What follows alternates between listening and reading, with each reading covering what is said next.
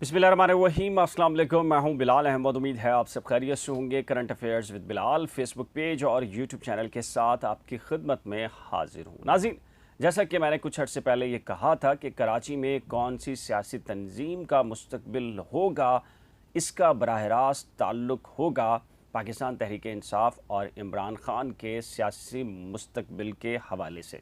अब चूँकि PTI का मुस्तकबिल आपको पता चल गया है, इमरान खान का मुस्तकबिल आपको पता चल गया है, कराची से सफाया हो चुका है बज़ाहिर, और ऊपर की क़यादत से लेके कारकुनान हैं जो कि इस्तीफ़े देकर घर बैठ चुके हैं और कोई भी इमरान खान के लिए निकलने के लिए या बात करने के लिए तैयार नहीं है। तो अब क्या होगा, अब इस पर बात करते हैं। जैसे मैंने आपको कहा था कि इसका मुतबादिल कराची में MQM होगी, MQM को लाया जाएगा, और MQM क्या उसके लिए ज़हनी तौर पर तैयार है, क्या उसका तंजीमी स्ट्रक्चर दोबारा से बनाया जा रहा है, बिल्कुल वैसे ही जैसे कराची शहरी सिंध नहीं बल्कि पूरे पाकिस्तान की सतह पर था, और जो आलमी सतह के ऊपर तंजीमी स्ट्रक्चर था, इस सिलसिले में क्या कुछ MQM ने किया है, MQM कर चुकी है। लेकिन इससे साथ ही इससे पहले एक बात करेंगे, वो है बानी MQM। जी हाँ, जब अल्ताफ़ हुसैन को माइनस किया गया, जैसे बिल्कुल इमरान खान के साथ हुआ, तो उस वक्त क्या हुआ था, 9-0 हो या सियासी दफातर, उनको ताले लगा दिए गए और वो सील कर दिए गए।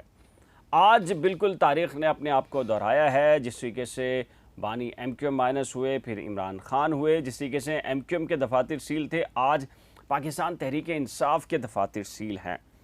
अकरम चीमा साहब हैं, ये सदर बनाए गए हैं पाकिस्तान तहरीक इंसाफ कराची के। इनकी जानिब से एक कायनी दरख्वास्त सिंध हाई कोर्ट में दायर की गई है, और इनके अटॉर्नी हैं जी आबिद जिलानी। ये कहते हैं कि जी 9 मई के वाक़यात के बाद कराची के अंदर जो उनके सियासी दफातर थे उनको सील कर दिया गया, और इनके वकील हैं खान ज़मान खटक साहब, और वो ये कहते हैं कि दफातर को बग़ैर किसी कानूनी कार्रवाई के सील किया गया है। साथ में वो ये कहते हैं कि जी दफातर में पार्टी के हसास दस्तावेज़ात मौजूद हैं, इंसाफ हाउस समेत किसी भी दफ्तर में सियासी सरगर्मियों की इजाज़त नहीं दी जा रही। बिल्कुल यही वो मौक़िफ़ है जो कि MQM के दोनों धड़े, यानी कि MQM पाकिस्तान और MQM लंदन का भी वो मौक़िफ़ रहा कि जी हमें भी सियासी दफातर वापस किए जाएँ। MQM ने, पाकिस्तान ने तो बड़ी कोशिश की है कि उनको ये दफातर मिलें। MQM पाकिस्तान ने जिस अरसे में ये कोशिशें की, उस अरसे में PSP मौजूद थी, और उस वक्त PSP की तरफ से सख्त मुखालफत हुई और कहा गया कि दफातर खोले जाएंगे तो फिर PSP वहाँ आ जाएगी और वो अपने कंट्रोल में लेगी। अब चूँकि MQM पाकिस्तान एक ही है, तो पसे पर्दा ये कोशिशें जारी हैं कि वो दफातर जो कभी एक MQM के थे, वो दोबारा से MQM पाकिस्तान के हवाले कर दिए जाएँ।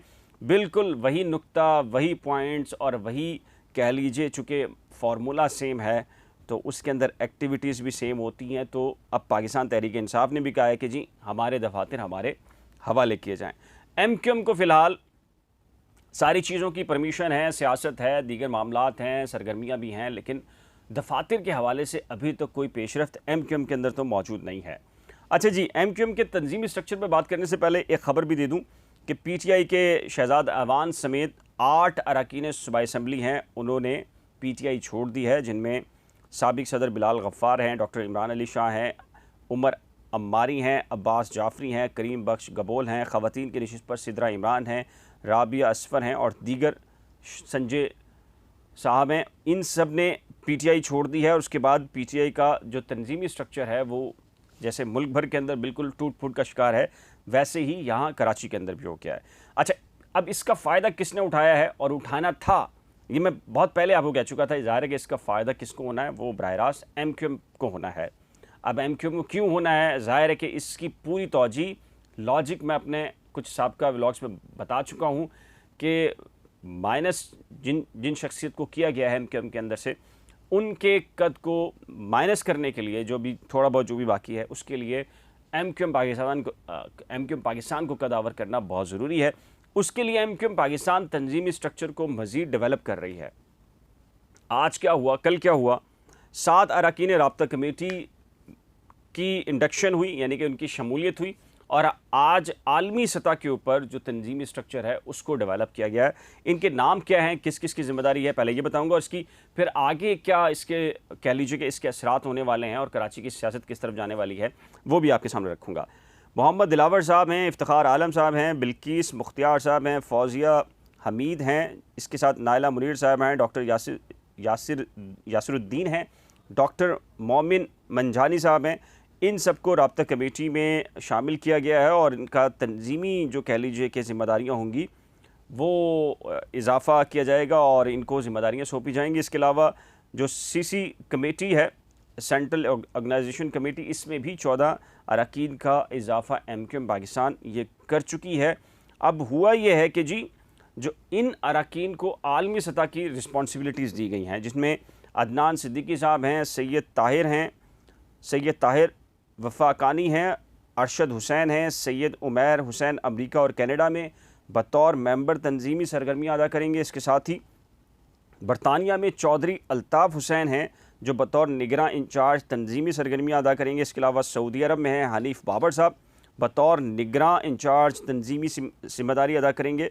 इसके अलावा बात की जाए तो ये मुत्तहदा अरब अमारात में मोहम्मद आतिफ़ साहब हैं और ओमान में इमरान साहब हैं जो कि बतौर निगरां इंचार्ज तंजीमी सरगर्मियाँ अदा करेंगे। बहरीन में आदिल, पुर्तगाल में फ़ैसल बतौर निगरां इंचार्ज तंजीमी सरगर्मियाँ अदा करेंगे। इसके अलावा आज़रबाईजान में सैयद तस्वीर गिलानी और कुवैत में मोहम्मद अफजाल साहब हैं, ये निगरां इंचार्ज तंजीमी सरगर्मियाँ अदा करेंगे। इसके अलावा कतर में अतीक साहब हैं, जुनैदुर रहमान साहब हैं, जापान में अंजुम अलीम साहब हैं, ये अपनी सरगर्मियाँ अदा करेंगे। अब ये पूरा तंजीमी स्ट्रक्चर है, किसी का नाम अगर आगे पीछे हो गया हो तो उनसे मैं माज़रत ख़्वाह हूँ।